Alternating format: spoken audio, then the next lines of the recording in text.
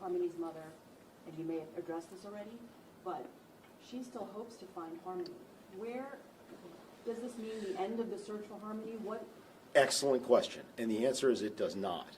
One of the things that we could not state before, but we can more clearly state now after the verdict, is during trial, people heard the last place that Adam Montgomery had driven that U-Haul to. And I have some specifics on that. I'm hoping people are paying attention. He had that U-Haul between March 3rd into March 4th in 2020. He drove 133 miles. We heard about that on that U-Haul. Subtracting back the 2.3 miles back and forth, 3.2 from the rental, that left him with roughly a 106-mile road trip all the way down, at least through the Tobin Bridge tolls, we know, northbound, southbound, northbound again through those tolls, and then back to Manchester. That only left him with 26 miles of driving that he could have done between where he was at the Econo Lodge in Manchester and going through the Tobin those 3 times.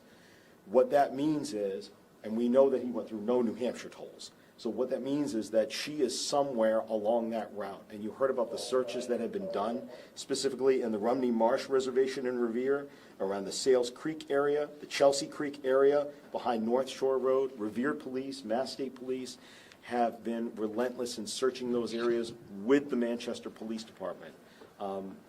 These ladies and gentlemen drove down and worked with them hand in hand.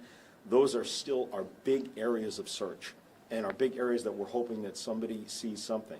Everybody who might have seen the trial also would have seen the CMC bag, and there was a demonstrative that was used during trial. It was the exact same type bag. It had light tan, it was canvas, had dark colored straps, and had a CMC logo in the middle. That was positively identified by multiple witnesses as the bag that Adam Montgomery had the last night that he had that bag and the U-Haul. So that bag went somewhere along that route, and somewhere within, no more than 26 miles off of that route, down and back to Revere. Also at this trial, what was pointed out was the fact that Adam Montgomery was from the Revere area. He would know it very well. That is still a high area of interest, and we are still asking for anybody now who has heard this information, who's seen this information, if you see this bag, if you hear about this bag, if you walk in one of these areas, and you take the dog out for a walk, if you see anything like that that seems to be disturbed, to please let us know. You heard also at trial that Harmony's body was bagged up several times inside of that CMC bag. There's a high likelihood that there may still be parts of her that we can recover, part of her body, pardon me just for a second, part of her body that we can recover.